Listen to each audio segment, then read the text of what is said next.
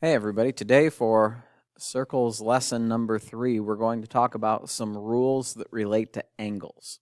So these are all angle relationships. What happens when you have angles inside of a circle? Now, there is one rule that I have noticed people are struggling with, and it's actually the easiest one. I didn't include it here, but we might as well talk about it. And it makes a lot of sense if you just look at a picture. If you have, let's say, an arc of a circle, and you look and it's 90 degrees around the arc. Look at what angle was made in the center. 90 degrees. Whenever it comes to a central angle, whatever measure the arc is, that is what measure your angle will be. That is the easiest rule of all. 60 degrees makes 60 degrees. 80 makes 80. 110 makes 110. Today, we're going to get into the ones that are maybe a little bit trickier. Now, the first rule that we're going to talk about is actually this one in the middle right here. And this rule, the short and sweet of it is, whatever angle you have here, it is half of the arc. Now, the difference between what we just talked about with central angles and this angle right here is what you call an inscribed angle. The difference is that angle is actually on the circle. Notice how you have a point that's actually on the circle. That is the difference. Whenever that happens, here's the short and sweet of it. The angle is half the arc. Okay, so that means if the arc is 160, that means the angle is 80. Okay. It means if the arc is 24, the angle is 12. If the arc is 32, the angle is 16. Now, you can also think of it the other way around. If the angle is half the arc, that means the arc is twice as big as the angle. So if they tell you the angle is 38, you could multiply by 2 and figure out that the arc is 76. Or if they tell you that the angle is 78, then that means the arc is going to be 156. You can work this rule both ways. Okay? Or if they tell you that the angle is a right angle, that means the arc is 180, which would actually, just for the record, make it a semicircle. Okay? So hopefully we can kind of see what's going on here. If the angle is half the arc, and you know that the angle is 38, that means the arc is 76. You can sort of see as we go, and they sort of look right, too. You can tell that if the angle is 90, then we're talking about 180, and 180 is half of a circle. So it sort of looks right once you practice it enough. Okay? All right, so that is the first rule that we're dealing with. Let's combine that rule with everything else to practice a little bit more here. And we're actually going to do some from the front and some from the back. We're basically going to get through as many problems as we can get through in 20 minutes and then stop. Okay, so if you look farther down on the front side of your paper here, the measure of angle QMP. So now we have talked about it, the difference between a central angle and an inscribed angle. QMP is a central angle because it is coming from the center of the circle. The way you can figure out missing pieces here, if they don't give you all the information, is you can think about half of a circle as 180. Instead of thinking about a whole circle as 360 degrees, think about half of a circle as 180. So that means in order to do this problem, I think your best bet would be right off the bat, look at NMP, which is a diameter, and then chop the circle into two 180-degree pieces. That means if you have 120 here, you have 60 left over. If you have 70 here, then you have 110 left over. And then you can start working through it. So QMP was that red angle. And remember, if it's a central angle, then whatever the arc is, the angle is going to be the same. Same thing with NMO, which I'm going to do in blue here. NMO is a central angle, and it opens up toward a 110-degree arc, which means angle NMO is a 110-degree angle. Okay. Now, when we start getting into the inscribed angles, that's when we have to do the half rule. So, for instance, PNO, that would be an inscribed angle because it touches the outside of the circle. So that's the difference. If it touches the outside, that means it's inscribed. And if it's inscribed, it is going to be half the arc. So the arc was 70, which means PNO is 35. Okay. One last one here just to make sure we're getting in a really good groove. QNP. So Q to N, and then N to P. The arc is 60. It's an inscribed angle, which means it's going to be half the arc, which means QNP is 30. Okay, so hopefully we can tell the difference. If it's a central angle, then the measurement of the angle is going to be whatever the arc is. If it's inscribed, as in it's touching the outside of the circle, that means it's going to be half. Okay. Now I'm going to show you one last application for how this works, and I'm going to need you to do these 4 on your own, by the way, because I want to get to this last part here. It's simple addition, by the way, like number 11. 60 and 70 is 130. There you go. Now you only have 3 to do. Anyway, so if you turn to the back, decide whether a circle can be circumscribed about the quadrilateral. It actually, believe it or not, comes back to what we just talked about. You might not think it, but it does. Okay? And here's why. We know that a circle is 360 degrees around. Okay? We also know that the inscribed angles should be half as big as the arc. Okay, so we try to put these facts together when we're drawing out our circles. And you look at number 15, and you're like, well, I really tried, but it didn't work. I tried making a circle around the quadrilateral, but it didn't work. It only touched 3 of the 4 corners. Remember, if you want it to make it around the quadrilateral, if you want it to be circumscribed about the quadrilateral, it has to touch in all 4 places. It only touched in 3. Why didn't it work? Well, it actually comes back to what we just talked about.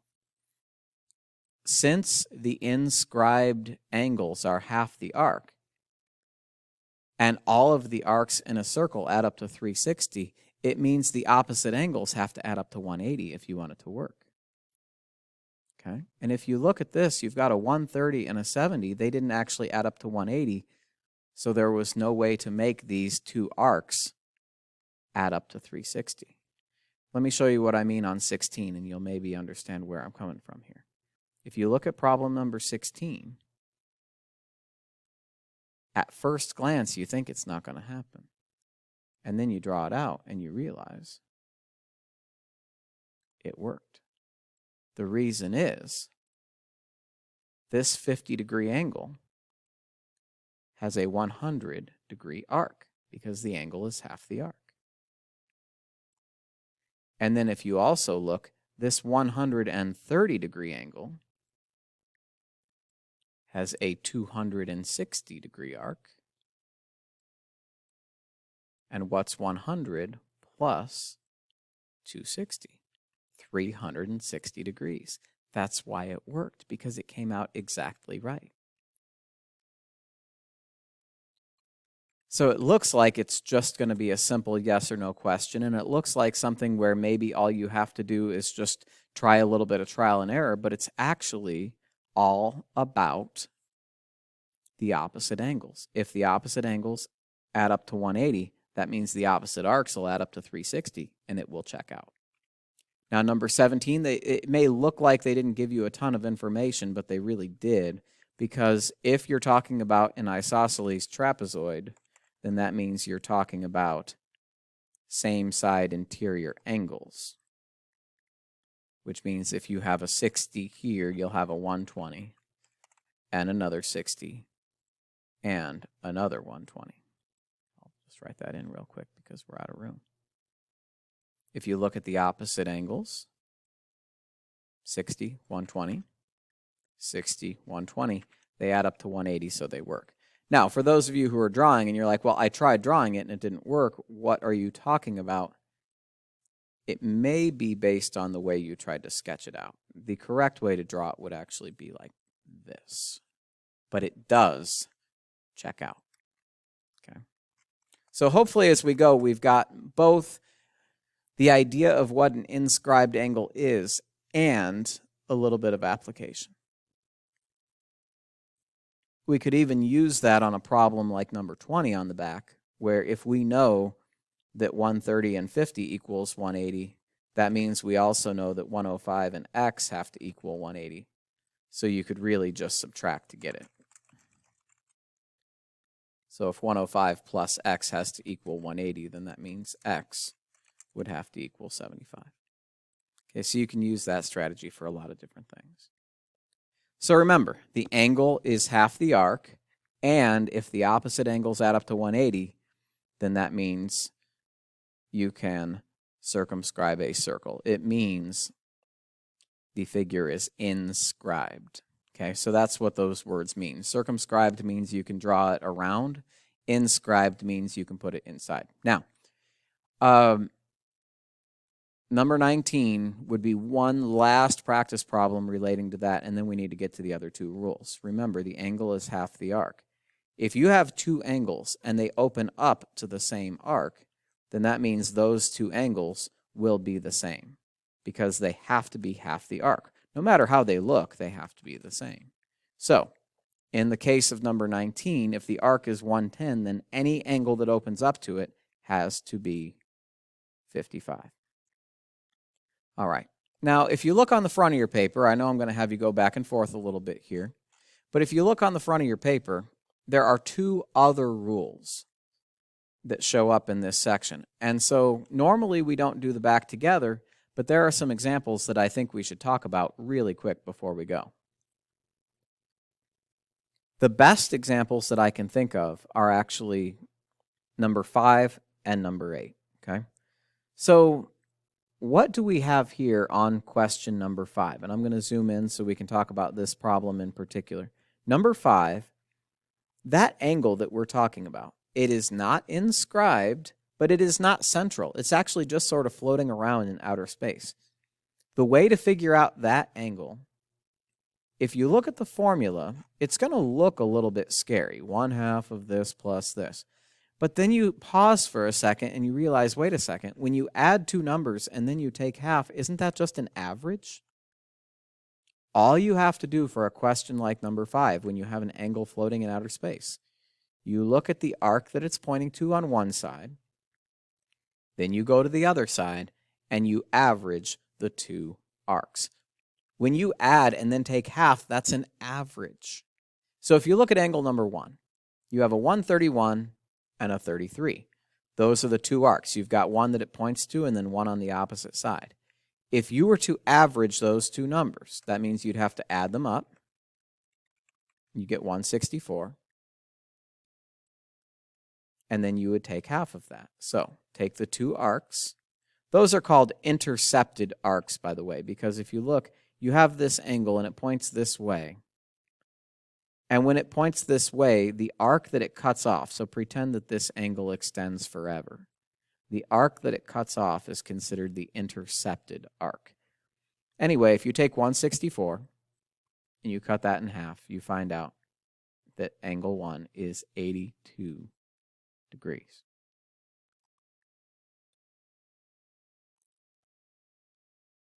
Now you might be wondering, could you do the same thing for number 6? Well, number 6 is not to scale, first of all. So a lot of people have been having trouble with that one to begin with. But if you were to take the 115 and the 97 and you were to average them, as in you took the 115 plus the 97, which would give you 212, then you do half of that and you get 106.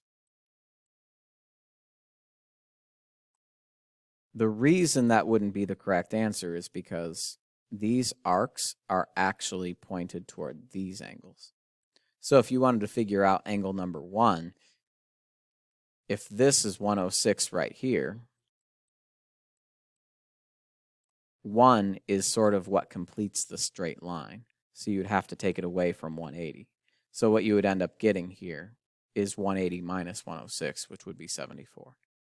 But the rule still applies. It's just because they didn't give us the information we wanted, we had to get creative and do one extra step. Anyway, so that's one of the ways you could apply that rule. Let's zoom out here and let's talk about our last rule of the day. Now, this rule I call the Bellybutton Rule. And I call it the Bellybutton Rule because whenever you have an angle on the outside, okay, whenever you have an angle that's on the outside of a circle, remember we just got done talking about intercepted arcs. If you have an intercepted arc and you're dealing with a circle that has an angle on the outside, aren't there really two? I mean, aren't there really two arcs that are intercepted? Don't we have this arc around the outside and then also this arc around the inside? So I call it the Bellybutton Rule because we have two arcs involved. We sort of have an outie and an innie. Now, I know that people don't always call it that anymore. Some people still do, but people used to say that about belly buttons. That's what's going on here. If you look, and I want you to turn to the back, I know you've been going back and forth a bunch. The numbers are kind of weird. I just threw in as many problems as I could. Take a look at angle number 1. Angle number 1 actually intercepts two different arcs. It intercepts one on the outside, and then it also intercepts one on the inside. So you need to consider both. So according to the formula, we're going to do 1/2.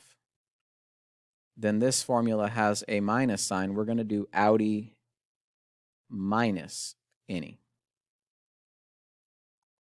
Okay. So we're actually going to do 92 minus the blue one, which is 43. 92 minus 43 is 49. And then half of 49. And don't freak out about the fact that you get a decimal. It's not a big deal. You end up getting 24.5 degrees. Let's practice the Bellybutton Rule here another time or two just to make sure we know what's going on. We're going to slide over to number 9. If you look at angle 1, it crosses over two different arcs. It crosses over the 138 on the outside. It also crosses over the 66 on the inside. So it crosses over two different arcs. So if we're going to do the Bellybutton Rule here, we're going to do angle 1 is 1/2 of the outie minus the innie, and then half of 72 should give you the angle we're looking for, which is 36 degrees. Okay, so let's zoom out and let's talk about our 3 rules put together here super fast. So we've got the Bellybutton Rule, 1/2 outie minus innie. We've got the arc rule, and then you just have a basic rule where the angle is half the arc. So let's go back here. Let's look at number 2 just to make sure we can review all of these put together. If the angle is half the arc and you know that the arc is 172, then that means the angle is half of that number, which is 86. Now, I just want to warn you, sometimes you do have to get creative. Like, for instance, on problem number 7, and this is the very last problem of the day. On problem number 7, they only tell you the innie. They didn't tell you the outie. And so what you have to do is get creative here. You have to figure out how many degrees are left over. Now, if they told you that there's a 134 and a 12, then that means they told you about 146 degrees of the circle. Now, we know that we have 360 total. So if you wanted to figure out what the outie was, then you'd have to subtract, and you would get 214 degrees. So you'd actually have 214 out here. So then you would apply our Bellybutton Rule, and you would get 1/2. And then outie minus any. 214 minus 134 is 80, and half of 80 is 40 degrees. So that would come out to 40 degrees. So there are ways to do it, but sometimes you have to be a little bit creative. Anyway,